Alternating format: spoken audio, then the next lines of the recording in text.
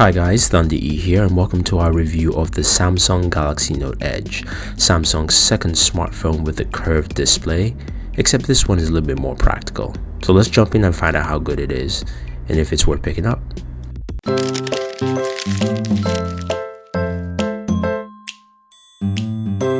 When Samsung announced the Galaxy Note Edge a few months back, we were wondering how well would that curved display on the side really work and function. Now, it sports a 5.6-inch display, it's a QHD display, and at the rear you do have pretty much the same guts as the Galaxy Note 4 with a 60 megapixel shooter, heart rate monitor, dual LED flash, speakers at the back of this device, and of course powered by a Snapdragon 805 processor built in there. You do have also expandable storage, as I removed their back cover, with 128 gigabytes expandable storage, 32 gigabytes built in, and a 3000 milliamp battery. It's not waterproof as just like the Note 4, and you can add wireless charging to this device. Again, in terms of all guts and in terms of purposes, this is a Note 4 internally. You do have an S Pen, and of course the beauty of the S Pen still works very well with this device, where you can actually go ahead, take your notes, write all the fun stuff you want to write about that. But really what we want to jump into is that side panel right there. You know, it feels it's a separate panel, but it's a continuous flow. So whatever you do on your main panel doesn't affect what you do on the side panel. You can see I can scroll left and right through my main panel, and then on the side panel there it's pretty much stationary to wherever I want to do.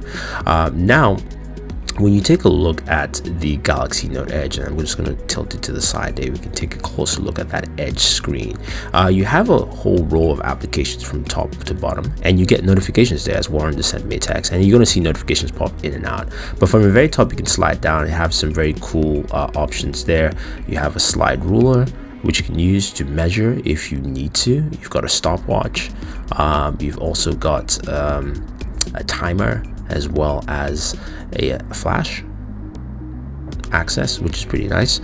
And of course, you finally got a voice recorder. So you have some quick access options, which are nice. And that side panel really comes into play. I've really come to enjoy it because I now use the side panel to store all my applications that I use. And like with this app tray, there's an app tray there, you can load up applications on the side without actually scrolling through my home screen. And I found it surprisingly useful. Now you have different panels you can load up. One for weather, you can have one for sports and things like that. So if you go into the side panel options, you have the rotate 180 degrees personal message. I call it Thunder Edge, which is very appropriate. A night clock, so that turns into a night clock at certain times of the day. You can actually set it for whatever time you want. You do have an information screen that shows you what kind of things you want to put up. So I have Yahoo Finance, Yahoo Sports, things like that. I can actually go ahead and edit what teams I want in my sports and what kind of stuff I want in my finance ticker there. So again, you can customize that to a certain degree. Then you have Express Me, which gives you ability to put wallpapers on that side panel. So you have a few custom ones, and I have a few custom ones I've made, and you have some static ones that have been made for you. So you can go in and you can see I have side lock on one side, and that's of course a Star Wars wallpaper. I can go ahead and edit that and showcase different wallpapers to choose from. And what should I use here? You know, I think I would go with the building instead. So you can actually create different side wallpapers and move that around and set in the location you want. Hit save, make sure that's all set, and that will show up for you as a side panel to the general wallpaper. And that's what you do with the Express Me function, and it's nice. It gives you a little more customizability in there in terms of what the Galaxy Note Edge does. So that's Express Me. It's pretty simple, pretty basic on that angle. And then of course you have managing panels, which is where you can set up information panels for different things. You have apps, you have weather, you have sports, you have a music player, so you can have playback functions. You also have different application tiles you can create and choose. You can tap and download. Now you can also set your favorite applications there by actually hitting that favorites button, and that gives you the ability to add favorite apps. So you can add a slew of apps in there, as well as also add apps into that big general folder. So I'm going to go through and say Contra, for instance, and throw that in there. I can throw in a few more applications I choose to. Maybe you know what, I'll throw in music, so because I need to play some music. And let's see, one more application there, and let's throw in Uber just in case we need a ride, but I'd rather prefer Lyft. But anyway, for the intents and purposes, you can do that, and you can scroll in and add more apps into that specific folder. So you can throw in as many applications as you want to and control everything from that side panel. And I really like that. I like that functionality. It makes it easier for you to just access what you want at the go. Now, that's a very useful option for that extra side panel, that curved panel in there. Now, there's one thing that I will mention though, is that while you're using that, I wish Samsung had already used that for its multitasking feature, because you know, having that side panel there and basically using that just to multitask would be much sensible in my mind. But what Samsung has done is they've kind of made a mistake with it. So when you actually press down the back key for multitasking, it brings out another bar on the other side. So it's almost reducing the amount of screen real estate you're using. And you know, for me, it would make sense if it was right there on the right side with the node edge, the curved edge of your display. So for me, that's something that's a little bit more practical and sensible. Now, you know, but still, you know, this is something hopefully Samsung can work with the software updates, as well as also in terms of maybe things like the Galaxy S6 Edge that we've heard rumors about. Now, going into the settings here, one of the things I want to talk about is the battery life. You know, it's got 3000 milliamp battery. There are sort of two displays here, but it still does well with battery life. I've been using this as my daily driver, and I still have 27% left, and I've used a day and 13 hours in battery life. So it does a fantastic job, just like the Galaxy Note 4 in terms of battery life. Again, in all intents and purposes, it's the same internal hardware. The screen is where there are differences with the device. Now, in terms of one-handed control, I have bigger hands, but you can use this with your right or left hand. Some people have said it's not a left-handed device. It's bollocks in my mind. But then again, it's a Galaxy Note. You're supposed to use two hands for this smartphone. So seeing there with my right hand, I can easily use it. And if I switch over to my left hand, I can pick it up. Notification comes through.